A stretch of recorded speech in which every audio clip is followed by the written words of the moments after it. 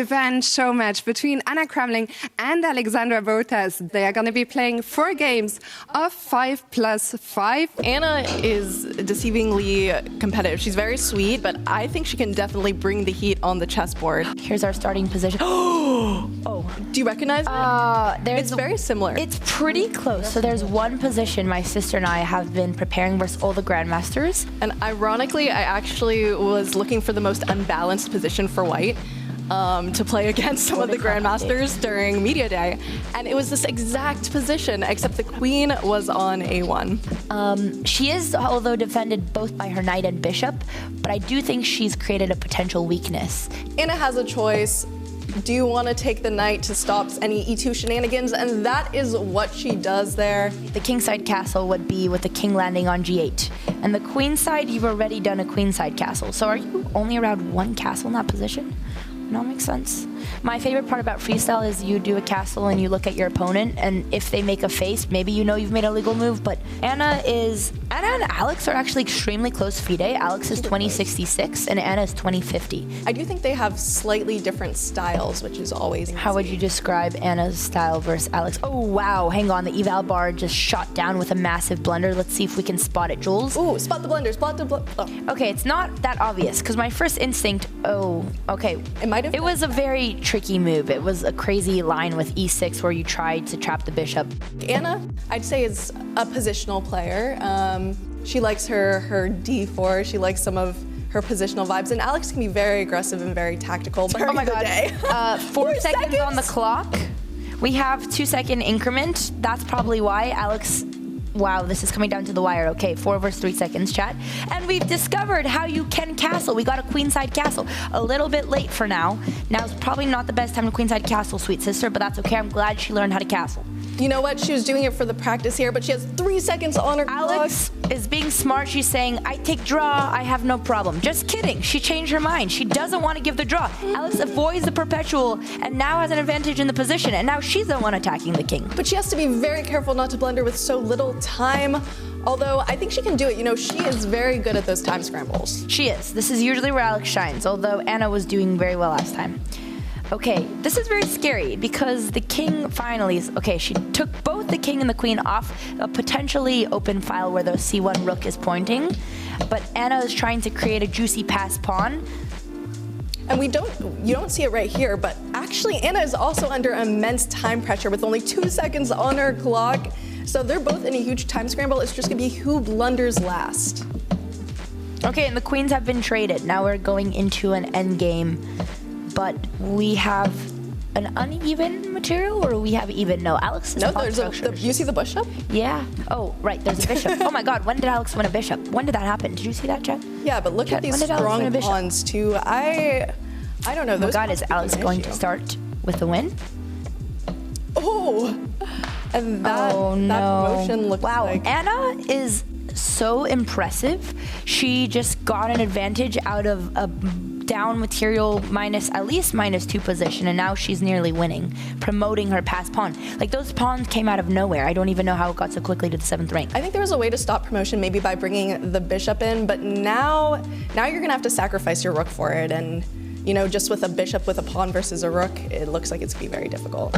Well, I think Anna did play it very well with those pawns, just creating as much issues as possible, especially with the time scramble. Wow. So Anna takes the Yeah, cake. exactly.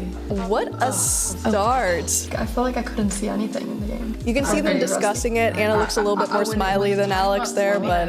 All right, the next position is up on the screen. Let's see, 4-2-2, almost 420. Freestyle, just kidding, sorry, bad joke. Okay, this one's interesting because the bishops are on the original starting position. I know, I looked at this, I was like, wait, is this just a normal chess board?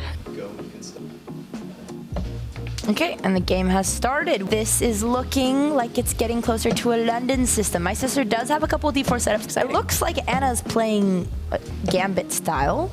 She gambited a pawn, but okay, it was not a gambit because the queen wasn't defended right. Important thing in these openings for freestyle is to try to activate the knights first, usually because you can easily find outposts and holes in the position. Alex's move got a slight faint question mark. It looks like she was just trying to defend her pawn. I'm not sure, perhaps it allows, yeah, some sort of queen Yeah, a small note here. I'm surprised Anna didn't play b5 right away. I think instead of a6, b5 right away would have been stronger, right? She can defend this pawn, but it's already on the diagonal of the queen. You don't want to be opening up the dark squares on your king. Anna's immediately trying to activate her bishop. She wants to trade in the center and hope for another almost pass pawn, but not yet. Yeah, and you know, Anna is actually a pretty aggressive player, and she doesn't let a lot of opportunities go to waste here. One comment in the chat said, am I bad if I root for Anna because I'm old and used to see her mother play games? Anna's mother is absolutely a chess legend. I kept asking her to let me play on the Swedish team. I said, I'll play board 5. Please let me be. I'll play Swedish. And she did not say yes. Don't you have to be Swedish? Well, yeah, that's why she was going to adopt me, but they didn't say yes. It does make sense. Okay, let's do a little quick analysis. It looks like Anna is ahead in development, but she is again offering the trade, which makes sense. It's going to take much longer for Alex to castle. She has to develop both the knight and bishop, which in freestyle, this is a lesson I learned from Gukesh. You only really want to activate your queen if it's in a square where it's already restricting all your pieces, but I think Alex's queen placement was already active from the beginning, so I think Alex made a small inaccuracy by playing queen c2. All right, let's check on the Cramling chat. Anna is always playing strong. Who is the other commentator with Andrea? This is Jules. Jules Gambit on socials, dedicated chess fiction reader that I know. Why is that how you introduce me? So let's try to assess. Maybe I'm going to use my big brain to think why this position. So Alex, first of all, gives Black the file right away. I think number one, development is very easy for Black. This bishop, if we look, has a great square on g4. This knight is a trap knight, and the knights are so important to activate. It is a very, very strong knight. I mean, also you're having a lot of issues with just like the piece harmony, because even though this is kind of like a positional nightmare for Alex, if Anna gets low on time, it's possible that she could find a nice tactic or a nice move. And once the knight goes to g2, there's not really any other square she can go. Maybe Alex can try to activate this rook. A simple threat here, pushing the Steve pawn. Very nice counterattack by Anna. Yeah, just keep it simple, play with your tongue. Wow. She doesn't, wow. What a nice continuation. Instead of moving the king out of the discovery to the corner, Anna found the forcing variation to block the diagonal and improve her own bishop and attack Alex's pawn. Alex is gonna need to come back if she wants a chance. Otherwise, this could be a knockout from Anna. Anna could just be coming to rumble, leaving no, what is it, leaving no prisoners? Leaving no enemies? I don't know. Yeah, I never thought I would hear Anna knockout, because when you say that, I imagine her in a ring. Taking no prisoners. Thanks. Thank you. Magical person in our ear. Yes, very But exciting. it is true. Anna is playing very strong, and Anna has been improving at freestyle more and more. So I do love to see that Anna's a very strong chess player, and Anna raised the bar. You know, with Alex, I don't even know it's that she's not at that level. I think it's just Alex, you know, some days she's very, very on, and It's other true. days she's not, and it's It hard. depends how many kinders we have for breakfast. And today we had a lot of kinders for breakfast, so that could be why. I wonder what Anna had for breakfast. Probably eggs or something nutritious. Well, I stayed at Anna's once, and she likes a very old stale cracker with one thin slice of cheese, as if you're in prison, but apparently it's just a Swedish breakfast. Is that the Swedish breakfast? That's what she told me. Wow, that's very... And I said, I don't want to be Swedish anymore. And then they said, that's why you can't play on the team, because you won't eat our crackers and cheese. And I said, fine, Pia. And she said, maybe next year. And I said, okay, I'll be there. And then you're gonna eat the crackers and cheese. Yeah. That does sound what? like I prefer my eggs Benedict. Have you been taking advantage of the Parisian breakfast here? All right, Yeah, and double checks. game has been decided. So the position was so bad. Yeah, probably it was. I was like, if she took my pawn, if I was playing this, I'd get very annoyed, I thought. So then I thought, I want to do that. Yeah. In No, the that's opening. good. It's okay. We'll come back in the second half.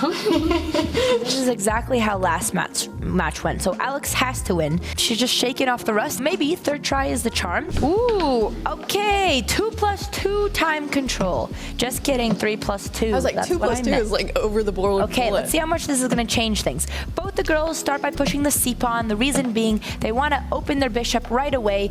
Right away, this is a great setup for Anna that I think Alex can learn quickly and do the same thing. Similar to what we had in the first game. Now the bishops are very powerful. You don't need to move them very far. Both girls are actively bringing their knights, which I love to see. Anna's eyeing this square on d5, but Alex can always try to attack it with her bishop.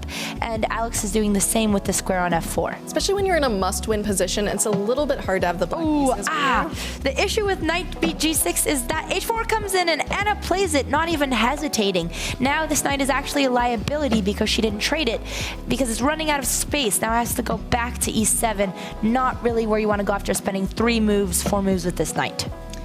And Anna could have even taken the knight. Rook takes. She replaces this knight. Oh my goodness. But now you have the fork and the rook is gonna fall.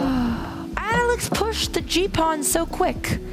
It was a hard position. She should have left this pawn there and not created the hole. Your sister is gonna have to go back. Counterplay quickly. I can't go back. Never mind. I wanted to look at the position and see why she played g6 so quickly. You know what? I think it's the momentum of this match that is hurting your sister. I think Alex can play much better chess than this, for sure. Anna wins this, Andrea and Jules should just play today. I agree. I think that's a great idea. Overtime today just to let us do a special match for our channel, so we're really grateful to be here. Let's take a look at the position here. We have gambited that pawn, but luckily Alex's knight is blocking this pawn, so for now the king is safe. Anna only has 10 seconds on the clock, so Monkey School of Chess, the rule is you throw poop at the wall. I would have said another word, but today's a professional commentary, and you play fast and you hope for the best, and Alex is doing that. She may be down a lot of material and really not in a good position, but she does have time. It is 1 minute 14 seconds to 3 seconds. Monkey School of Chess representing. This could be the comeback. However, Anna has 2 passed pawns. It's looking really unlikely, and the position's getting just worse and worse. So I don't know, with only a 2-second increment to make these moves hit the clock. But unfortunately, the plan is very fortunately for Anna, who's been honestly playing amazing games and getting sharper and sharper. The plan is pretty clear. I don't think she's castled yet, but she could probably castle, bring a rook to f1, and then the plan is simple. You put the rooks behind these passed pawns and you just push. You trade the pieces because you're up. Oh, wait a second. Giant eval. Quick. Question mark. Blunder. Go, What's Jules. blunder? You do your What's puzzles. blunder? It's gone. We didn't even have time to look for it. It's honestly pretty hard because I couldn't see it either. No, I think it was very difficult. I'm still curious. Oh, it's probably. Wait, was it to do with a knight f6 because of the pin pawn? It was probably a queen move. I'm not sure though, but chat maybe it was a knight f6, but we can't go back. Yapping. Yeah, but that just shows that like already the position looks a little bit. Oh well, never mind. All right, Alex, down to 30 seconds. Well. Oh. Well. What a brutal blow here. Unfortunately, if Alex goes queen d6, trying to keep the bishop defended, or here I think we just lose the pawn. Alex goes for the check. It's looking more even on the time, and that was really her advantage there. Yeah, and Alex can't really stop this passed pawn without letting this pawn drop. I can't believe I survived that. I just kept hearing, the chess gives cancer to children. Alex won! Anna flagged! Anna flagged! She survived, Monkey! Take back everything I said about Monkey School of Chess not having enough representation. Alex threw stuff at the walls, and she flagged. She flagged Anna. Yes, sorry, that's what I meant. Yes. So we literally, as like commentators who should know things, we were like, 3-0. But then it turned out that Alex flagged Anna. The disrespect. Time, is good to play any sort of chess whatsoever. Here we begin. The girls shake hand. Alex confidently pushes in the center, where she doesn't mind that we're blocking our bishop. I mean, we've got a little bit of a. We have a delay because I haven't refreshed. If someone could help refresh, please. Alex again goes for the hungry pawn, but she's placed her queen in a much better square. I would assume I wonder if you'd want to eventually trade these bishops after b3, because now you're just up a pawn, but it would ruin your king set. But I wonder why a move like g3 is not preferred. She has also plenty of options. You kind of like assuming your king's already castled or something and be a little afraid of opening it up, but it's quite secure there, so it's a nice find. Especially in the center of the board, in a square like e5, it'd be a good move for Anna to try to trade this knight for the bishop. Maybe she'll do it later. Instead, she tries to activate her knight, which is a very logical move, but it gets a question mark. I mean, Anna flagged last time, so this game she's going to really bring her speed And I think that might have motivated her a little bit to be more aware of the clock, which is really important here. We have went for the pawn, but again, these pawns often seem to be bait because it's going to be hard to develop her piece. Depends if she's getting restricted, but she's not. Now it's equal. We are no longer up a pawn. Would you say that your sister is a greedy girl when it comes to pawns? It depends. She was in the first game, but I think usually her instinct is good. And in this position, it was okay to take because the queen was still active. But it's also really hard in freestyle because pawns that you don't expect are undefended, and sometimes you just forget about them. Ooh, another pawn potentially hanging, but she doesn't want to take on a2 because she's afraid of the weaknesses on her king side. Yeah. Ooh, I'm a little concerned about this. Oh wow, Alex's rook is on the open file, which I really like for white because you can eventually use the h7 square as well. And you might be like, commentators, why are they moving so quickly? It's because there's no increment, and they're actually at 30 seconds and 20 seconds, I believe. So, Yep. We spent all this time updating the clocks, but now we don't need to. So that means that I think it's just who can move the pieces faster and not get checkmated at this. Alex is playing very solid. Ooh, Anna didn't want to go back to the dark squares, and she gave us an exchange. Look at the speed we're seeing here. I told you, pieces are going to be flying. Very solid trades, makes sense. Alex is up the exchange, but again, Anna with the passed pawns. Anna has won many games back to back, being down material, but knowing how to push her passed pawns and always coming back when she's down. Will she do it again? Oh my gosh, this is so funny. Look at this. Like, they're like flinging pieces. It's a kind of tie. It's a tie, I guess. I think what this means is that we have to. No, but you're so much faster than me. Like, you're so good at speed. It's crazy. Like, but you can't do what you do. Yes, but then you actually play chess. Me, I was like, 5 seconds, check her. My monkey brain is like, give, check, don't flag. How are your hands so fast? Okay.